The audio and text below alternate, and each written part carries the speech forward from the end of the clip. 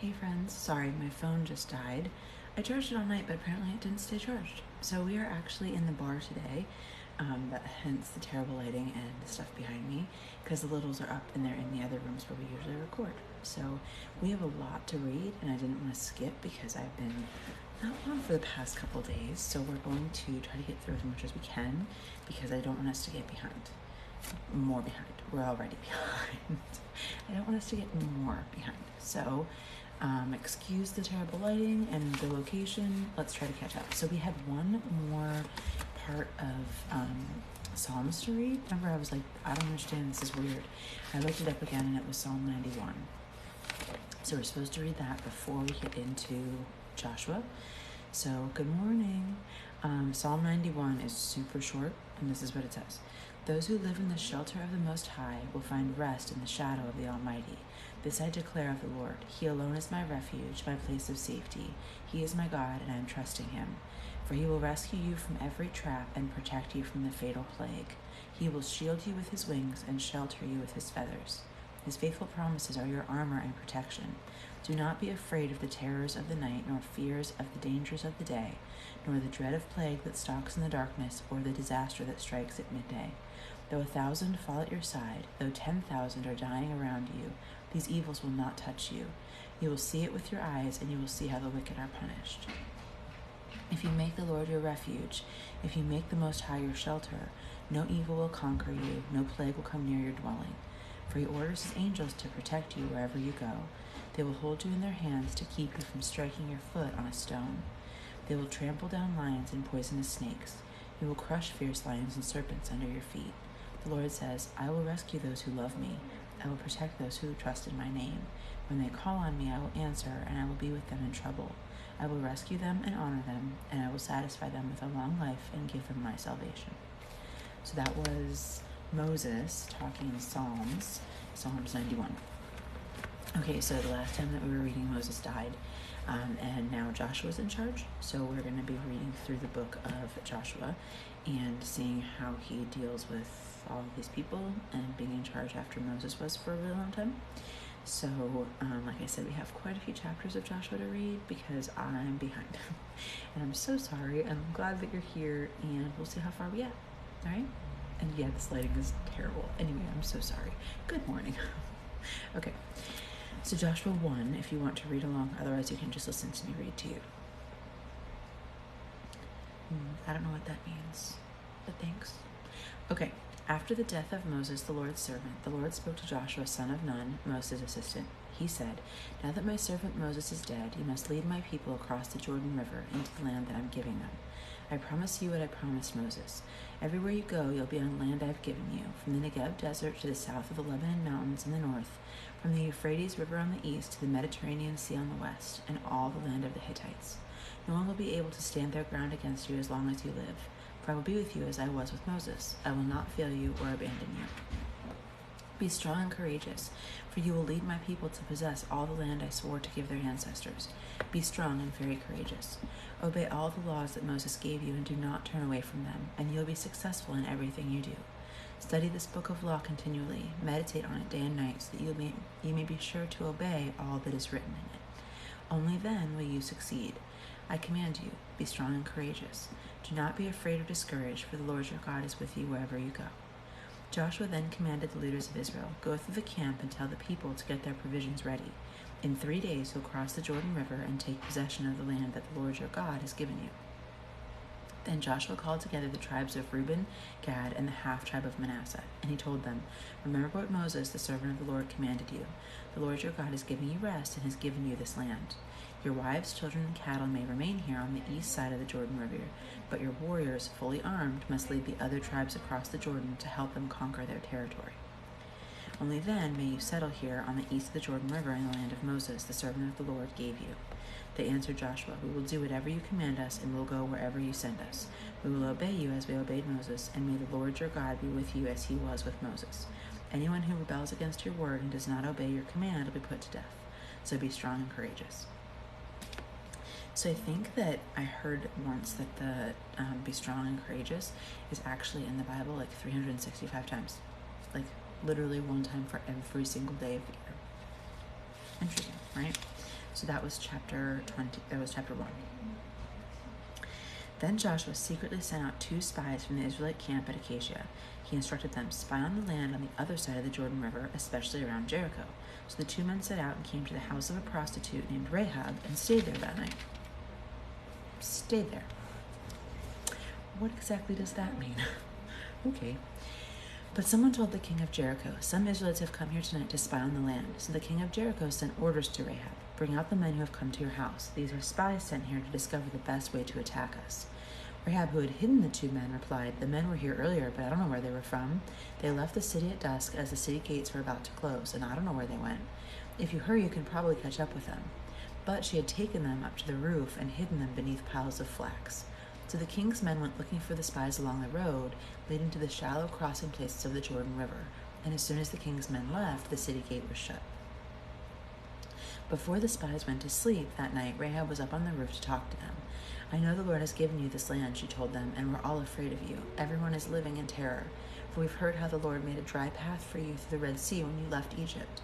And we know what you did to Sihon and Og, the 2 Amorite kings east of the Jordan River, whose people you completely destroyed. No wonder our hearts have melted in fear. No one has the courage to fight after hearing such things.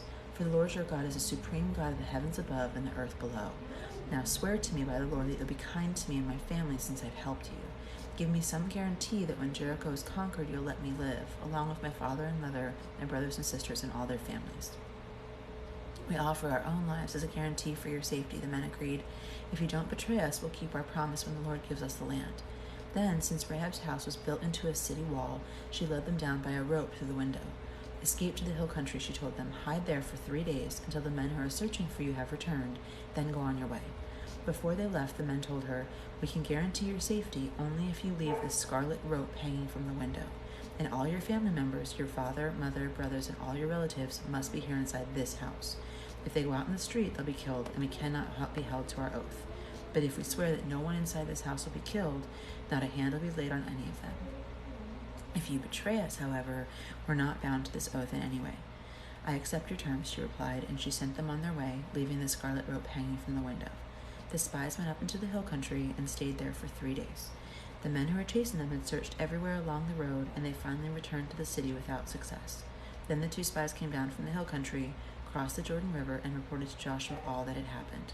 The Lord will certainly give us the whole land, excuse me, they said, for all the people in the land are terrified of us. Okay, hold on, guys, I'm so sorry.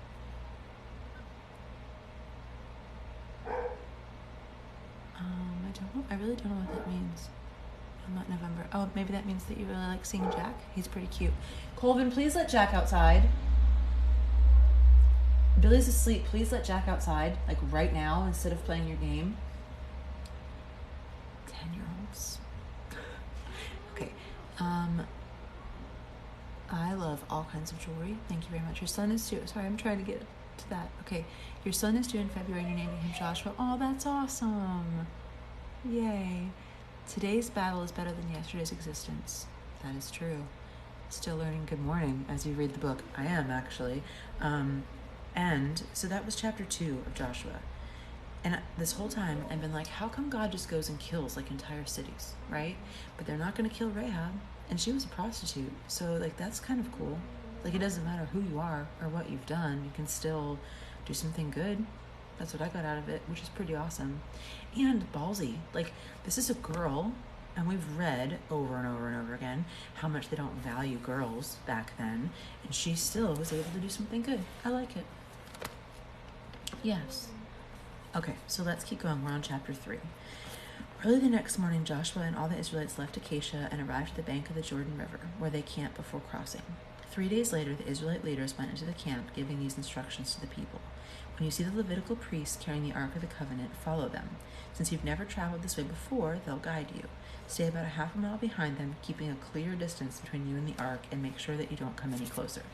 They did not get that memo in Indiana Jones. Then Joshua told the people, purify yourselves, for tomorrow the Lord will do great wonders among you. In the morning, Joshua said to the priest, lift the Ark of the Covenant and lead the people across the river. And so they started out. The Lord told Joshua, today I will make you great in the eyes of the Israelites, and now they will know that I am with you, just as I was with Moses. Give these instructions to the priests who are carrying the Ark of the Covenant, and when you reach the banks of the Jordan River, take a few steps into the river and then stop." So Joshua told the Israelites, "Come and listen to what the Lord your God says. Today you will know that the living God is among you, and he will surely drive out the Canaanites, Hittites, Hivites, Perizzites, Girgashites, Amorites, and Jebusites." Think of it. The Ark of the Covenant, which belongs to the Lord of the earth, will lead you across the Jordan River. Now choose 12 men, one from each tribe. The priests will be carrying the Ark of the Lord of all the earth, and when their feet touch the water, the flow of water will be cut off upstream, and the river will pile up there in one heap. So they're going to make an old-fashioned dam.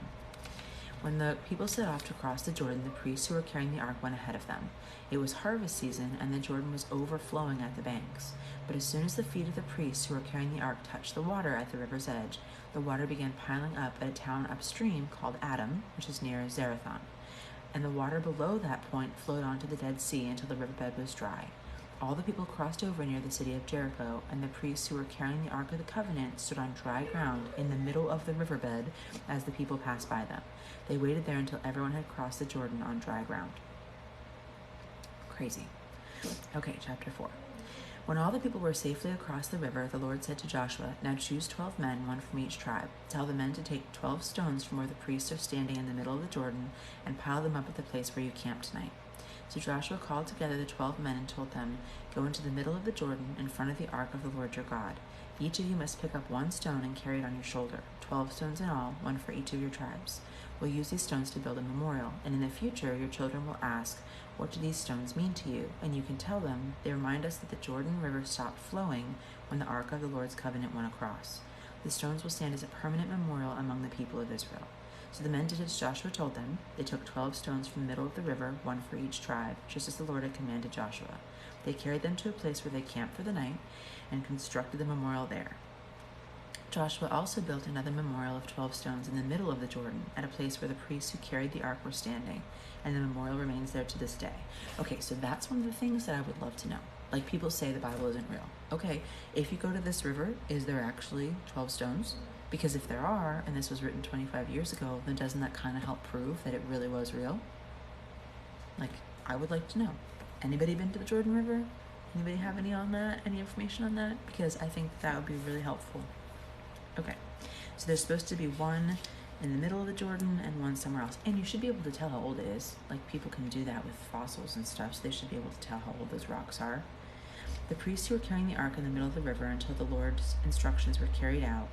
Meanwhile, the people hurried across the riverbed, and when everyone was on the other side, the priests crossed over with the ark of the Lord.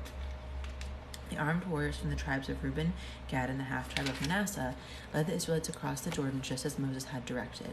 These warriors, about 40,000 strong, were ready for battle, and they crossed over the plains of Jericho into the Lord's presence. That day the Lord made Joshua great in the eyes of all the Israelites, and for the rest of his life they revered him as much as they had revered Moses. The Lord said to Joshua, "Command the priests carrying the Ark of the Covenant to come up out of the riverbed." So Joshua gave the command. And as soon as the priests carrying the Ark of the Lord's Covenant came up out of the riverbed, the Jordan River flooded its banks as before. The people crossed the Jordan on the 10th day of the first month, the month that marked their exodus from Egypt. They camped at Gilgal, east of Jericho, and it was there at Gilgal that Joshua piled up the stones taken from the river. Okay, so see, we should go to Gilgal. Let's go, guys. That's where we're going. We're going to go check and see if this is actually legit. I'm sure that it is, but for everybody that's saying it's fairy tales, let's go to Gilgal and see, right? I think you can actually go on like Bible tours and go to all these places. Okay, so he said, "In the future your children will ask, 'What do these stones mean?' And you can tell them, 'This is where the Israelites crossed the Jordan on dry ground. For the Lord your God dried up the river right before your eyes, and he kept it dry until you were all across, just as he did at the Red Sea when he dried it up until we'd all crossed over. He did this so that all the nations of the earth might know the power of the Lord, and that you might fear the Lord your God forever.'" Okay, I also think it's pretty cool that he did it the exact same month when he did it to the Red Sea, because everybody that would have been in that Red Sea is now gone. Right? Like, he kept them in the wilderness forever and said that none of them would make it to that land. So all those people that would have actually seen the miracle of the water moving are no longer there. But now he did it again, so a whole new generation of people can see it, which is really cool. And at the same exact time, I like the symmetry. When all the Amorite kings west of the Jordan and all the Canaanite kings who lived along the Mediterranean heard how the Lord dried up the river, they lost heart and were paralyzed with fear. At that time, the Lord told Joshua, use the knives of flint to make the Israelites a circumcised people again. Oh, yay. So Joshua made flint knives and circumcised the entire male population of Israel at Gibeath Haraloth. Oh. I hope they do not have any kind of monument for that. Joshua had to circumcise them because all the men who were old enough to bear arms when they left Egypt had died in the wilderness. Those who left Egypt had all been circumcised, but none born after the Exodus during the years in the wilderness had been circumcised. The Israelites wandered in the wilderness for 40 years until all the men who were old enough to bear arms when they left Egypt died. You guys actually know what I'm talking about. For they had disobeyed the Lord, and the Lord vowed that he would not let them enter the land that he swore to give us, a land flowing with milk and honey. So Joshua circumcised their sons, who had not been circumcised on the way to the promised land, those who had grown up to take their fathers' places. And after all the males had been circumcised, they rested in the camp until they were healed. Then the Lord said to Joshua, today I have rolled away the shame of your slavery in Egypt, and that place has been called Gilgal to this day. That really sucks, because nowadays we have March Madness, and guys get to sit there with peas, and that would not be nearly the same thing. That's supposed to be not very invasive, but being circumcised as an adult man would really suck. And, no ice or any way to fix it. I feel pretty bad for them. The next day, they celebrated the Passover, the month that marked their exodus from Egypt, and they began to eat unleavened bread and roasted grain harvested from the land. No manna appeared that day, and it was never seen again. So from that time on, the Israelites ate from the crops of Canaan. Okay, so the shame was rolled away, and then they were able to start eating regularly. Okay. As Joshua approached the city of Jericho, he looked up and saw a man facing him with a sword in one hand. Joshua went up and asked him, are you friend or foe? Neither one, he replied. I am the commander of the Lord's army. At this, Joshua fell on his face on the ground in reverence. I am at your command, Joshua said. What do you want your servant to do? The commander of the army replied, take off your sandals, for this is holy ground. And Joshua did as he was told. I think I would have fallen on the ground too. That's crazy. Oh, I'm so glad that you're here. Yay. And no, my dog did not die. He is in the next room. If you're asking because you saw my first video, I'm glad you're here. Thanks for following me. No, I made that video because I was sad that Jack wasn't here yet. And people definitely thought that he had passed away. He just wasn't here yet. He is happy and healthy and the best dog in the whole entire world. Okay, so chapter 6. Now the gates of Jericho were tightly shut. Ooh, I know this story. The gates of Jericho were tightly shut because the people were afraid of the Israelites, and no one was allowed to go in or out. But the Lord said to Joshua, I have given you Jericho, its king, and all of its mighty warriors. Your entire army is to march around the city once a day for 6 days. 7 priests will walk ahead of the ark, each carrying a ram's horn. And on the 7th day, you're to march around the city 7 times, with the priests blowing the horns. When you hear the priests give one long blast on the horn, have all the people give a mighty shout, and the walls of the city will collapse, and the people can charge straight into the city. So Joshua called together the priests and said, take up the Ark of the Covenant and assign 7 priests to walk in front of it, each carrying a ram's horn. Then he gave orders to the people, march around the city, and the armed men will lead the way in front of the Ark of the Lord. After Joshua spoke to the people, 7 priests with ram's horns started marching in the presence of the Lord, blowing the horns as they marched. The priests carrying the Ark of the Lord's covenant followed behind them, and armed guards marched both in front of the priests and behind the ark, with the priests continually blowing the horns. Do not shout, do not even talk, Joshua commanded. Not a single word from any of you until I tell you to shout, and then shout. So the Ark of the Lord was carried around the city once that day, and then everyone returned to spend the night in camp. Okay, can you imagine being the people that are in Jericho? These people just came and walked around your city quietly. Wouldn't you be like, okay, weirdos, and not think anything of it? Because I would think they were strange. So Joshua got up early the next morning, and the priests again carried the Ark of the Lord. The 7 priests with the ram's horn marched in front of the Ark of the Lord, blowing their horns. Armed guards marched back both in front of the priests with the horns and behind the Ark of the Lord. At this time, all the priests were sounding their horns, and on the 2nd day, they marched around the city once and returned to camp. They followed this pattern for 6 days. On the 7th day, the Israelites got up at dawn and marched around the city as they had done before. But this time, they went around the city 7 times. The 7th time around, the priests sounded the long blast on their horns, and Joshua commanded the people, shout, for the Lord has given you the city. The city and everything in it must be completely destroyed as an offering to the Lord. Only Rahab the prostitute and others in her house will be spared, for she protected our spies. Do not take any of the things set apart for destruction, or you yourself will be completely destroyed, and you'll bring trouble on Israel. Everything that's made from silver, gold, bronze, or iron is sacred to the Lord and must be brought into the treasury." When the people heard the sound of the horns, they shouted as loud as they could. Suddenly the walls of Jericho collapsed, and the Israelites charged straight into the city from every side and captured it. They completely destroyed everything in it, men and women, young and old, cattle, sheep, and donkeys, everything. Then Joshua said to the spies, "Keep your promise. Go to the prostitute's house and bring her out along with her family." The young men went in and brought out Rahab, her father, mother, brothers, and all the relatives who were with her, and they moved her whole family to a safe place near the camp of Israel. Then the Israelites burned the city and everything in it. Only the things made from silver, gold, bronze, or iron were kept for the treasury of the Lord's house. So Joshua spared Rahab the prostitute and her relatives who were with her in the house, because she had hidden the spies sent to Jericho, and she lives among the Israelites to this day. At this time Joshua invoked the curse. "May the curse of the Lord fall on anyone who tries to rebuild the city of Jericho. At the cost of his firstborn son he will lay its foundation. At the cost of his youngest son he will set up its gates." So the Lord was with Joshua, and his name became famous throughout the land. That's creepy. And I wonder if anyone has ever rebuilt Jericho. Interesting. Thank you. Good morning. Good morning from Chicago. Oh, good to see you. Top 3 favorite bands or artists right now. That's so hard for me to answer. I really do like those people that they became famous on TikTok because they sound like an 80s band, but they're not. I can't think of what they're called. I will think about it, and the next time we come on, I'll be able to tell you, because I love 80s music. I also really like somebody that's called Tom Walker, and I really love, what are those people called? It's a girl's name, Greta Von Cleef. I don't know. I'm sorry, I'm terrible with names. Okay, so we are on chapter 7. Good morning, good morning. Glad you guys are here, and thank you for the flower. That was really, really nice. Okay, so we're on chapter 7, and in case you guys are wondering, we're reading through the Bible chronologically, so we're going from when it was made to the end. I felt like that was the easiest way for me to do it, so that I understood what was going on, and we are in Joshua chapter 7. Okay, Israel was unfaithful concerning the things set apart for the Lord, and a man named Achan had stolen some of the things, so the Lord was very angry with the Israelites.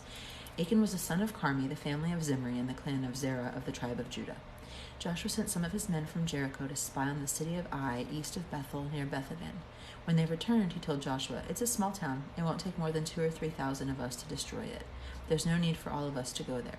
So approximately 3,000 warriors were sent, and they were soundly defeated. The men of Ai chased the Israelites from the city gates as far as the quarries, and they killed about 36 who were retreating down the slope.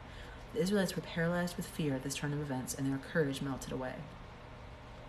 Joshua and the leaders of Israel tore their clothing in dismay, threw dust on their heads, and bowed down facing the ark of the Lord until evening. Wow, did you hear how husky my voice just got? Hold on, please. That's not how my voice normally sounds. Not a commercial, but I seriously freaking love this stuff. Okay. Normal Jillian's back. So the Lord said to Joshua, "Get up. Why are you lying on your face like this? Israel sinned and broke my covenant. They stole the things I commanded to be set apart for me. And they've not only stolen them, they've also lied about it and hidden these things among their belongings. That's why the Israelites are running from their enemies in defeat. For now Israel has been set apart for destruction, and I will not remain with you any longer unless you destroy the things among you that were set apart for destruction. Get up. Command the people to purify themselves in preparation for tomorrow. For this is what the Lord, the God of Israel, says. Hidden among you, O Israel, are things set apart for the Lord. You will never defeat your enemies until you remove these things. In the morning you must present yourself by tribe, and the Lord will point out the tribe to which the guilty man belongs. That tribe must come forward with its clans, and the Lord will point out the guilty clan. That clan will then come forward, and the Lord will point out the guilty family. Finally, each member of the guilty family must come one by one, and the one who has stolen what was set apart for destruction will himself be burned by fire along with everything he has, for he's broken the covenant of the Lord and done a horrible thing in Israel." Can you imagine how scared you would be? Like, that's crazy. By the way, whoever did this is going to get burned. Like, my kids will do stuff sometimes, and then I can't figure out who it is, and I wish that I could scare them like that. Like, not actually do that, but like, tell me the truth. Like, that's crazy. You're going to get burned tomorrow. Early the next morning, Joshua brought out the tribes of Israel before the Lord, and the tribe of Judah was singled out. Then the clans of Judah came forward, and the clan of Zerah was singled out. Then the families of Zerah came before the Lord, and the family of Zimri was singled out. Every member of Zimri's family was brought forward, person by person, and Achan was singled out. Then Joshua said to Achan, "My son, give glory to the Lord, the God of Israel, by telling the truth. Make your confession and tell me what you have done, and don't hide it from me." Achan replied, "I've sinned against the Lord, the God of Israel, for I saw a beautiful robe imported from Babylon, 200 silver coins, and a bar of gold weighing more than a pound. I wanted them so much that I took them. They're hidden in the ground beneath my tent, and the silver is buried deeper than the rest." So Joshua sent some men to make a search. They ran to the tent and found the stolen goods hidden there, just as Achan had said, with the silver buried beneath the rest. They took the things from the tent and brought them to Joshua and all of the Israelites. They laid them on the ground in the presence of the Lord. And then Joshua and all the Israelites took Achan, the silver, the robe, the bar of gold, his sons, daughters, cattle, donkeys, sheep, tent, and everything they had, and brought them to the valley of Achor. Then Joshua said to Achan, "Why have you brought trouble on us? The Lord will now bring trouble on you." And all the Israelites stoned Achan and his family and burned the bodies. They piled a great heap of stones over Achan, which remains to this day. And that's why the place has been called the Valley of Trouble ever since. And the Lord was no longer angry. I know that it was a different time, guys, and I know that sometimes I ask questions and you're able to answer me, so here's my question for this right now. I understand why Achan got in trouble, right? Like, he didn't do what he said, and the entire book of Deuteronomy is God saying over and over and over again, here's what I want you to do. Like, he made it pretty clear. The kid stole something. Do I agree that he needed to die? Not necessarily, but that was the law of the time, right? It was a sin. We're all supposed to die. But when God is talking about it, he says, each member of the family will come one by one, and the one who has stolen himself will be burned by fire. It does say along with everything he has. But I don't understand why they had to kill his family. Like, why did they have to kill his sons, daughters, donkeys? Like, why? Why couldn't they just kill Achan? That always bothers me. Because, like, the Bible says that you're responsible for yourself, right? Like, when you stand in front of the Lord in judgment, you're responsible for your own actions. So how come in the Old Testament, every time that somebody did something bad, their entire family died for it? Like, that's crazy to me, and I don't understand. I don't understand why the kids are responsible for the sins of their father. So if anybody has any thoughts on that, I would love to hear it, because I don't get it. And it makes me sad. Like, I wouldn't want my kids to die for something that I did. Not okay. Well, I guess I shouldn't say not okay, but I don't understand it, and I'm not a huge fan. Okay, chapter 8.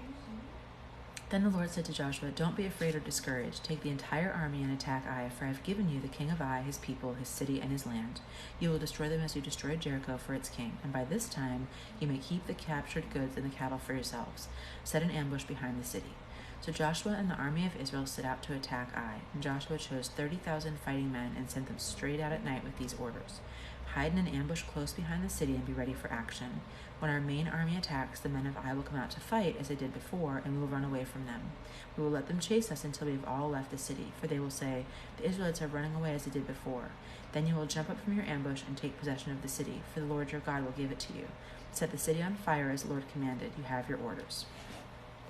So they left that night and lay in an ambush between Bethel and the west side of Ai. But Joshua remained among the people in the camp that night, and early the next morning Joshua roused his men and started towards Ai, accompanied by the leaders of Israel. They camped on the north side of Ai with a valley between them and the city, and that night Joshua sent 5,000 men to lie in an ambush between Bethel and Ai on the west side of the city. They stationed themselves in the main army north of the city and the ambush west of the city. Joshua himself spent the night in the valley. When the king of Ai saw the Israelites across the valley, he and his army hurriedly went out the next morning and attacked them at a place overlooking the Jordan Valley. Hurriedly. He didn't realize there was an ambush behind the city, and Joshua and the Israelite army fled toward the wilderness as though they were badly beaten, and all the men in the city were called out to chase after them. In this way they were lured away from the city. There was not a man left in Ai or Bethel who did not chase after the Israelites, and the city was left wide open. Then the Lord said to Joshua, "Point your spear towards Ai, for I will give you the city." Joshua did as he was commanded, and as soon as he gave the signal, the men in ambush jumped up and poured into the city. They quickly captured it and set it on fire. When the men of Ai looked behind them, smoke from the city was filling the sky, and they had nowhere to go, for the Israelites who had fled in the direction of the wilderness now turned on their pursuers. When Joshua and the other Israelites saw the ambush had succeeded and the smoke was rising from the city, they turned and attacked the men of Ai. Then the Israelites who were inside the city came out and started killing the enemy from the rear. So the men of Ai were caught in a trap, and all of them died. Not a single person survived or escaped. Only the king of Ai was taken alive and brought to Joshua. When the Israelite army finished killing all the men outside the city, they went back and finished off everyone inside. So the entire population of Ai was wiped out that day, 12,000 in all. For Joshua kept holding out his spear until everyone who lived in Ai was completely destroyed. And only the cattle and the treasures of the city were not destroyed, for the Israelites kept these for themselves, as the Lord had commanded Joshua. Ai became a permanent round mound of ruins, desolate to this very day. Joshua hung the king of Ai on a tree and left him there until evening. At sunset, the Israelites took the body and threw it in front of the city gate. They piled a great heap of stones over him, and it can still be seen today. Again, I wonder if we could go there and still see that pile of stones. Then Joshua built an altar to the Lord, the God of Israel, on Mount Ebal. He followed the instructions that Moses, the Lord's servant, had written in the book of the law. Make me an altar from stones that are uncut and have not been shaped with iron tools. There on the altar they presented burnt offerings and peace offerings to the Lord. And as the Israelites watched, Joshua copied the law and Moses on the stones of the altar. Then all the Israelites, foreigners and citizens alike, along with the leaders, officers, and judges, were divided into two groups. One group stood at the foot of Mount Gerizim, the other at the foot of Mount Ebal. Each group faced the other, and between them stood the Levitical priests carrying the Ark of the Covenant. This was all done according to the instructions that Moses had given for blessing the people of Israel. Joshua then read to them the blessings and the curses that Moses had written in the book of law. Every command Moses had ever given was read to the entire assembly, including the women and children and foreigners. That would have taken a really long time, because we've read all those laws, and they're like books long. Okay. I think that somebody answered me. Thank you. The fruit we bear or teach to be carried on causes our family's spiritual death. If a patriarch and matriarch bear good fruit, then our children bear good fruit, and our tree or lineage continues to enter heaven. Interesting.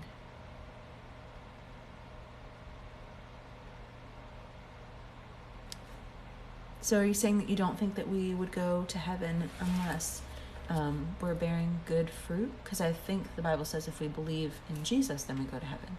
So that's interesting to me. I'm sorry if I look sad. I was just contemplating. I have serious RBF and I don't mean to. Like if I'm thinking about something, oh my gosh, it's awful. Like I'll go to an event and be watching something like this. But it's just because I'm paying attention. It's terrible. Okay, so we're on chapter 9, and we have a couple more left, so we're going to see if we can get these done. Okay. Now all the kings west of Jordan heard about what happened. These were the kings of the Hittites, Amorites, Canaanites, Perizzites, Hivites, and Jebusites, who all lived in the hill country and the western foothills along the coast of the sea as far as the Lebanon mountains.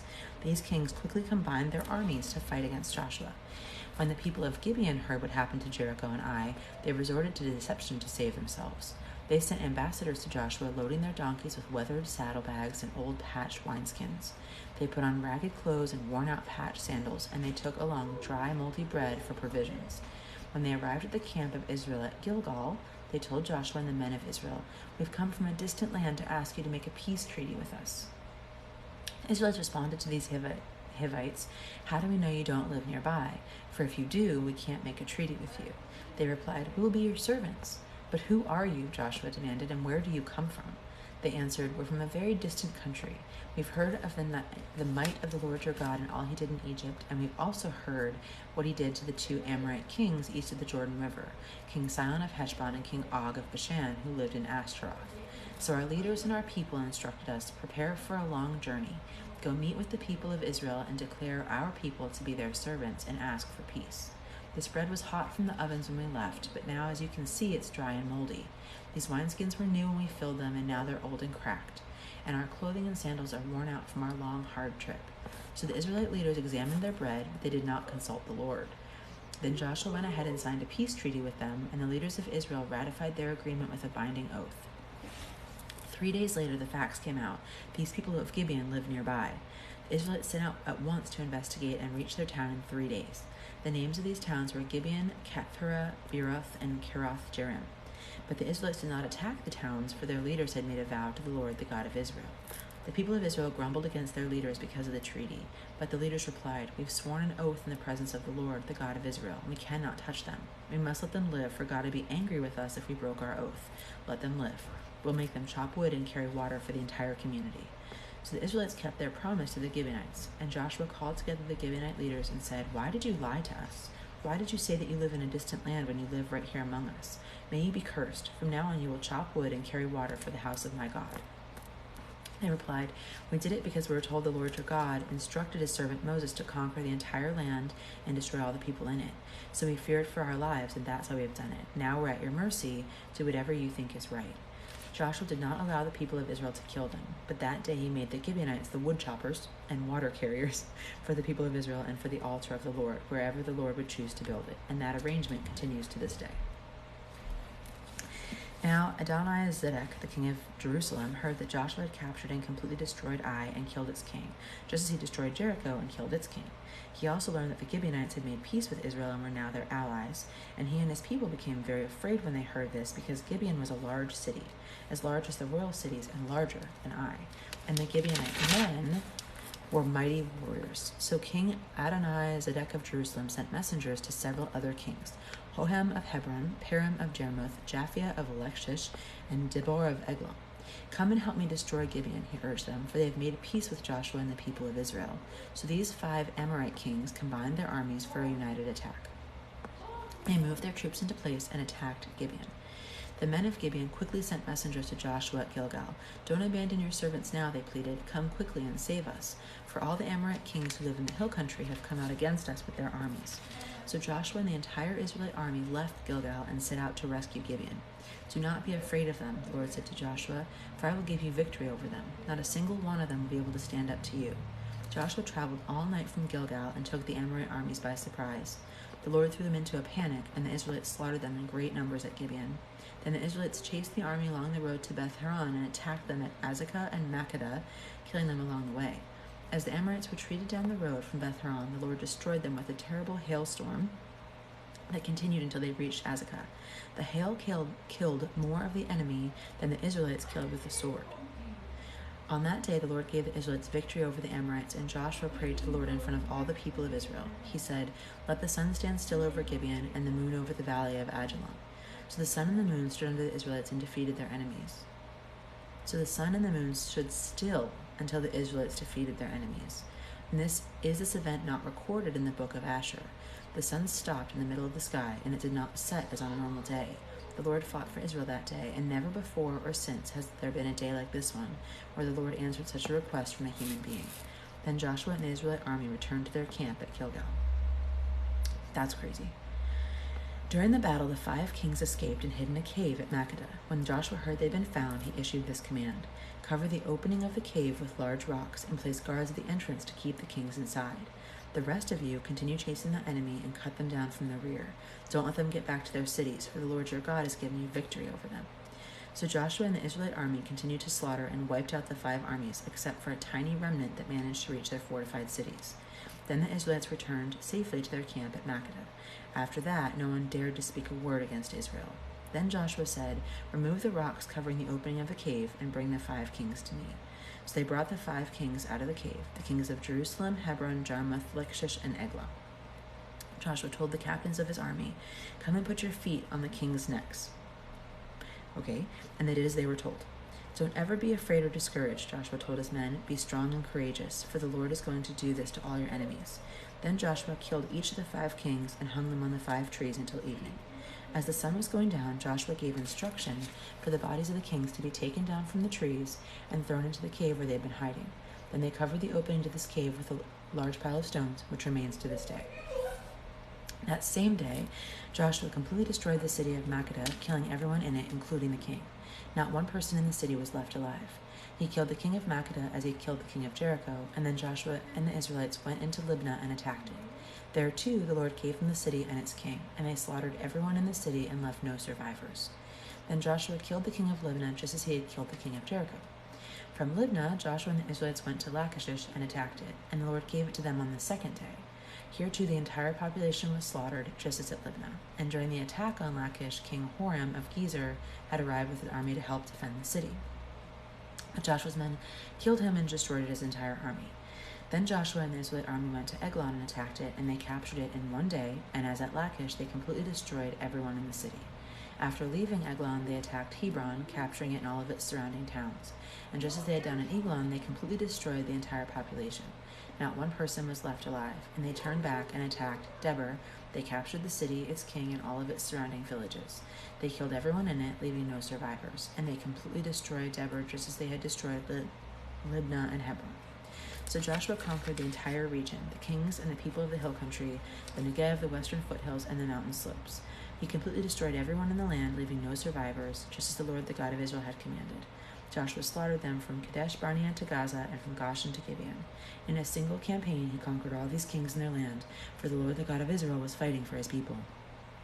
Then Joshua returned to their camp at Gilgal. Is anybody else getting complete Game of Thrones vibes from this? Because that's crazy. Therein lies the vine or branch to be grafted or born into is Jesus Christ. Okay. Where's Jack? He's sleeping. I know, where is he? I know. People are really just here for Jack, and I can't really blame you. He's the cutest dog ever. But he's definitely in his bed right now. I can see if I can get him. Do I think that Jesus loves you? I think that Jesus loves everyone. That's why he made us. I don't know that we're necessarily worthy of it, but I think that he does. But that's my opinion. Stick around. Okay, so we have one more chapter for today. So we have chapter 11, and it is not very long. And then we are done. Okay. When King Jabin of Hazor heard what had happened, he sent urgent messages to the following kings: King Joab of Madon, the king of Shimron, king of Akshbeth, and all the kings of the northern hill country, the kings of the Jordan Valley, south of Galilee, and the kings in the western foothills, the kings of Naphtador on the west, the kings of Canaan, both east and west, the kings of the Amorites, the kings of the Hittites, the kings of the Perizzites, the kings of the Jebusite hill country, and the Hivites in the towns and the slopes of Mount Hermon in the land of Mizpah. All of that made no sense to me. Okay. All these kings responded by mobilizing their warriors and uniting to fight against Israel.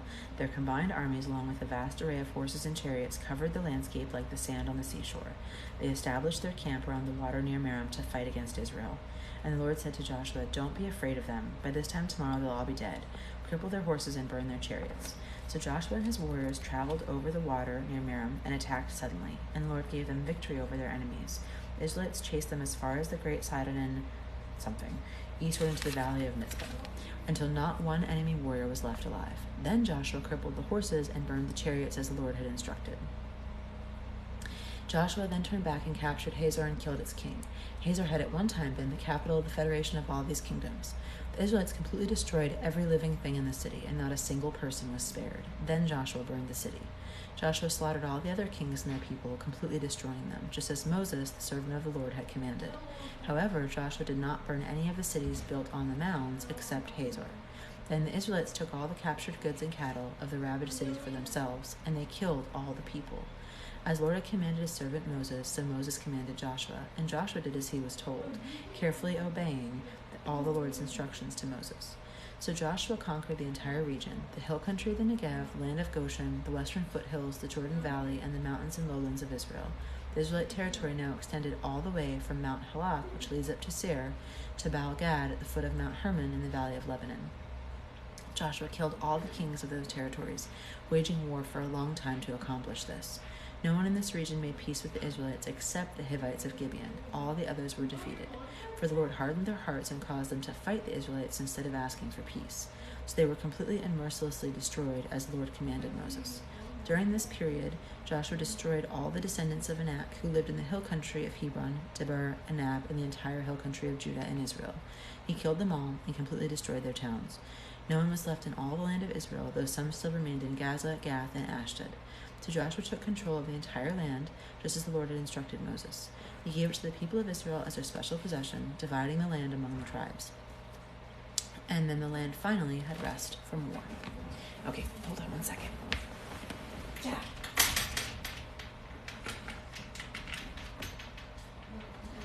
Let me see if I call him, if he'll come. Come here, babe. Okay. To answer your question, I'm sure you want me to read the chapter about David and his wife. Okay, so you're saying that you killed all your victims. That means I don't want to hang out with you. I'm just saying. with you. I believe that God still loves you. Come here. One of the biggest issues that I have is God loving Hitler, who killed a lot of his victims.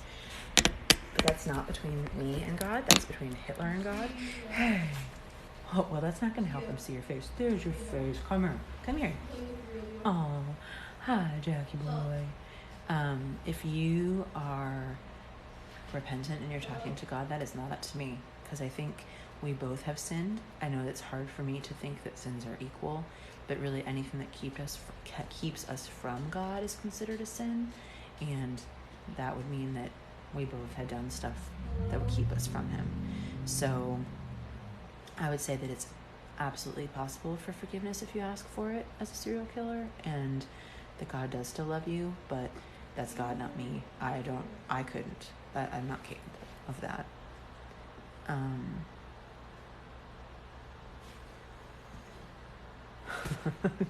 Creepy. He's being creepy, isn't he? All right. We have to go, guys. Thank you so much for being here this morning. I know that we read a lot, and I'm glad that you were here so I wasn't alone. And we should be back tomorrow. And here's Jack, who is clearly digging in the dirt. You got dirt on your nose, boo. You got a dirty nose. But there's our sleepy boy. So thanks for coming to hang out with us this morning. We're grateful that you're here, and we will see you soon. All right, bye.